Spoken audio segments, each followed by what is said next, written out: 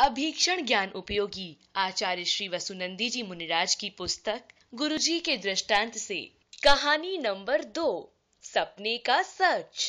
एक बार महाराज जनक अपनी राज्य सभा में बैठे अपने पुरोहित से बोले कि मैंने रात्रि में एक भयानक सपना देखा है। सपने में एक ज्योतिषी मुझसे कहने लगा, महाराज आज आपके पुण्य का उदय चल रहा है, किंतु वह दिन दूर नहीं जब आप भिखारी की तरह भीख मांगते दिखाई देंगे।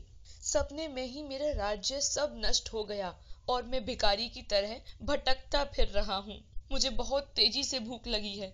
मैं किसी गांव के समीप पहुंचा। पूछा, यहाँ कहीं भोजन मिलेगा?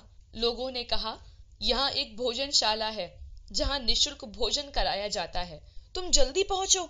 मैं जैसे ही वहां पहुंचा तब तक भोजनशाला बंद हो गई थी। मैंने रसोइये के पैर पकड़े, गिड़गिड़ाने लगा, कुछ भी हो खाने के लिए दे दो, मैं भूखा प्यासा हूँ। उस रसोइये को दया आ गई और थोड़ी सी खिचड़ी भगोने में से खुरस कर ले आया और पत्तल के दोने पर रख दी। 3 दिन से मैं भूखा प्यासा था। मेरे प्राण कंठ में आ गए थे। जैसे ही मैं खिचड़ी का दोना लेकर उठा, मैं धड़ाम से नाली में गिर पड़ा और जैसे ही नाली में गिरा मेरी नींद खुल गई। प्राय करके व्यक्तियों की नींद तभी खुलती है जब हृदय पर कोई गहरी चोट लगे। राजा जनक की नींद खुली और वे आकुल व्याकुल हो गए।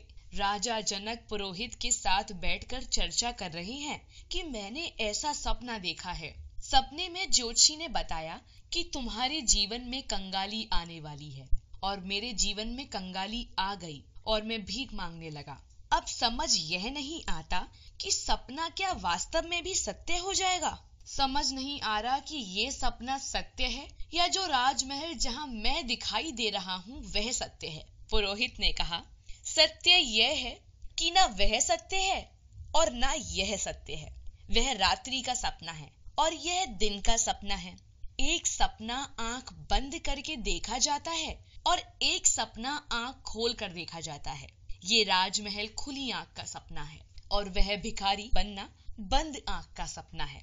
शिक्षा, आंख खुली तो सपना गया, आंख मूंदी तो अपना गया। 2 दिन का मेहमान यहाँ पर, सांस रुकी तो दफना गया।